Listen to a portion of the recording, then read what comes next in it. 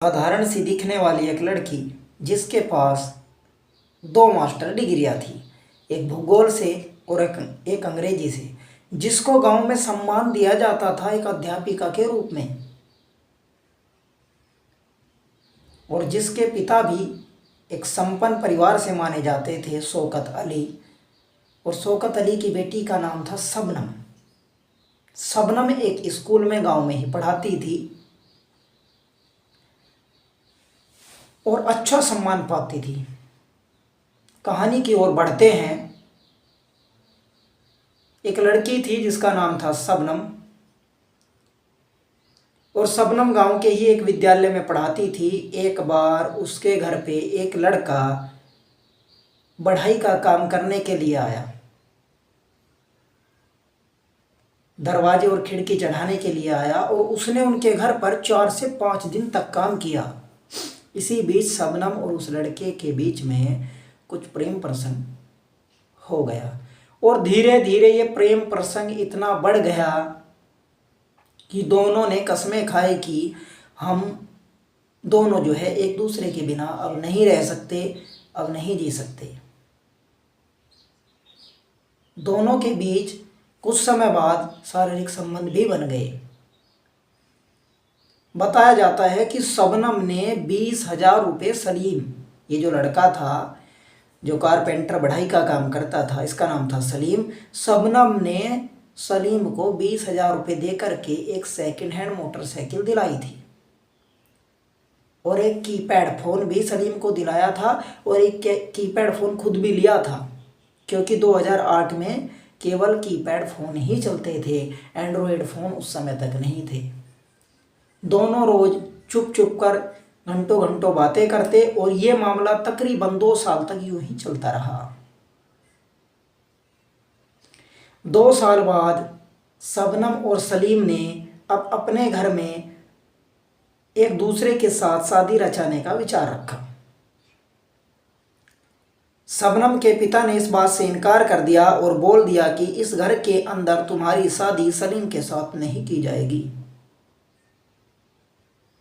और शबनम जिस विद्यालय में पढ़ाती थी, शबनम के पिता शौकत अली ने वहाँ पर भी शबनम का जाना बंद करा दिया। इसी बीच शबनम के दिमाग में एक चाल आई कि क्यों न सीधे बनने का ढोंग किया जाए। शबनम ने सीधे बनने का ढोंग रचा और पिता के सामने हाथ पैर जोड़े और कहा कि मैं उस लड़के को भूल जाऊंगी और मुझे जो है आप विद्यालय में पढ़ाने दे, और मैं उस लड़के से कभी मिलूंगी भी नहीं। पिता मान गए। पिता का दिल जो है पसीज गया, और उस लड़की को यानी कि शबनम को दोबारा जहाँ वो पढ़ाती थी वहाँ पर जाने दिया। इसी बीच शबनम जो वहाँ पर उसकी साथ में और अध्यापिका थी, उनसे रोज़ पूछती थी कि क्या कोई ऐसी दवाई आती है जिसे खाने के बाद आदमी पूरी तरीके से बेहोश हो जाए। धीरे धीरे सलीम ने इस गोली का पता किया और किसी मेडिकल स्टोर से दवाइयाँ खरीद कर शबनम को दे दी।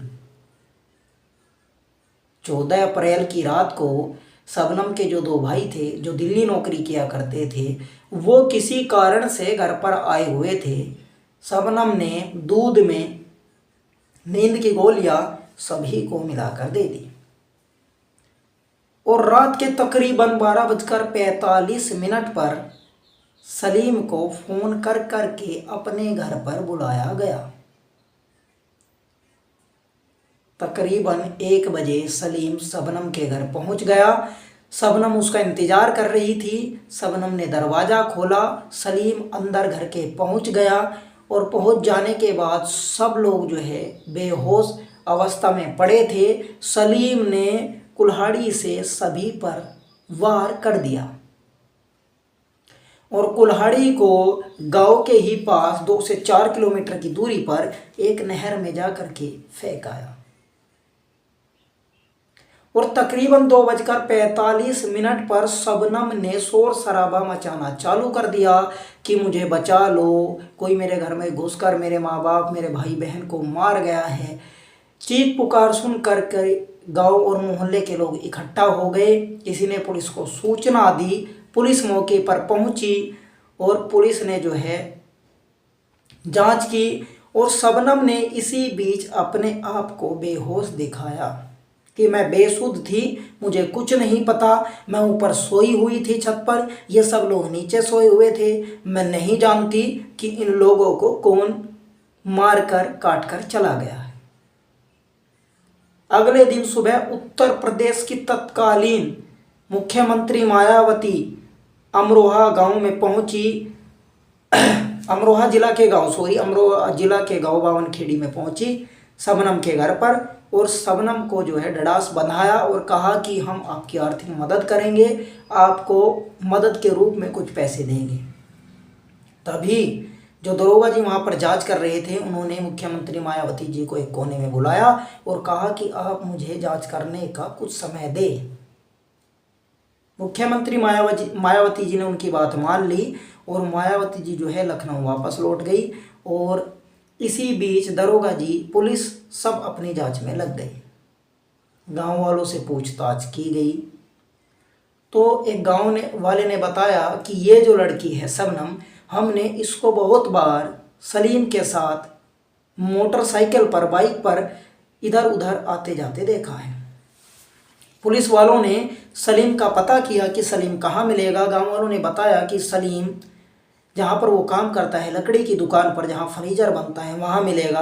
पुलिस वहाँ पहुँची, जिसको देखते ही सलीम, यानी कि पुलिस को देखते ही सलीम छिपने लगा। पुलिस का शक गहरा गया। पुलिस ने आनन फानन में सलीम को पकड़ लिया और सलीम को जो है सख्ताई से पूछताछ सलीम के साथ की गई। और जैसे ही सलीम से पूछताछ की गई, 2-4 डंडे सलीम को पड़े, सलीम ने सारी सच्चाई उगल दी। उसके बाद पुलिस जो है शबनम के घर पहुंची और कहा कि अब आप भी अपना गुनाह कबूल कर लो, क्योंकि सलीम अपना गुनाह कबूल कर चुका है। परंतु शबनम बोली ऐसा हो ही नहीं सकता कि सलीम आपको कुछ बता दे। इसी बात पर पुलिस का शक और गहरा गया और जो वहाँ पर लेडीज कांस्टेबल थी, उन्होंने 2-4 डंडे लगाए। शबनम ने भी तुरंत के तुरंत ही अपना जो गुनाह है कबूल कर लिया और सारी बातें उगल डाली। शबनम और सलीम ने 7 लोगों को मारा था, जिसमें एक 10 महीने का बच्चा था जिसका नाम था अर्श। वो सलीम ने नहीं मारा था, उसको सलीम ने नहीं काटा था कुल्हाड़ी से। और जिस समय सलीम अपनी कुल्हाड़ी को डालने नहर में गया था, शबनम ने दोबारा उसको फ़ोन किया और बताया कि ये जो छोटा बच्चा है अर्श, ये बच गया, दोबारा आओ और इसको भी मार के जाओ। इसी बीच सलीम ने कहा कि मैं अब दोबारा नहीं आने वाला हूँ, हो सकता है कि मैं पकड़ा जाऊँ, इसका काम तुम खुद ही तमाम कर दो। शबनम ने तकिया उठाया और तकिए से उस बच्चे का गला घोट करके हत्या कर दी।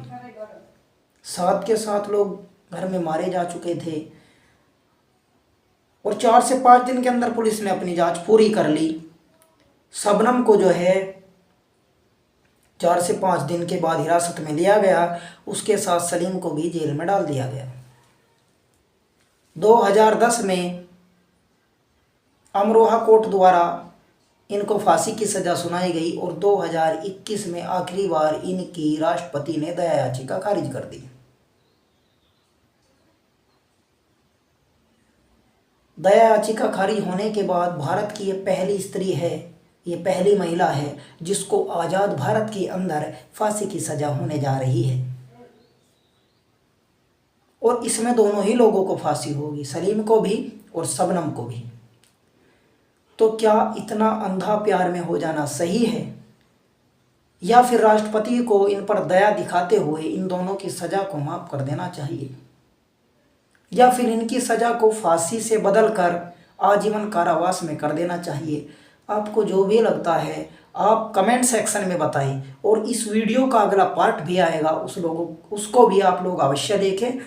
और यदि ये कहानी आपको ज़रा भी पसंद आई हो तो इस कहानी की वीडियो जो है इसे लाइक करें और मेरे चैनल को सब्सक्राइब करें, अपने दोस्तों में शेयर भी ज़रूर करें और अगली कहानी का इंतज़ार करें। इसी कहानी का सेकंड पार्ट आएगा। तब तक के लिए धन्यवाद।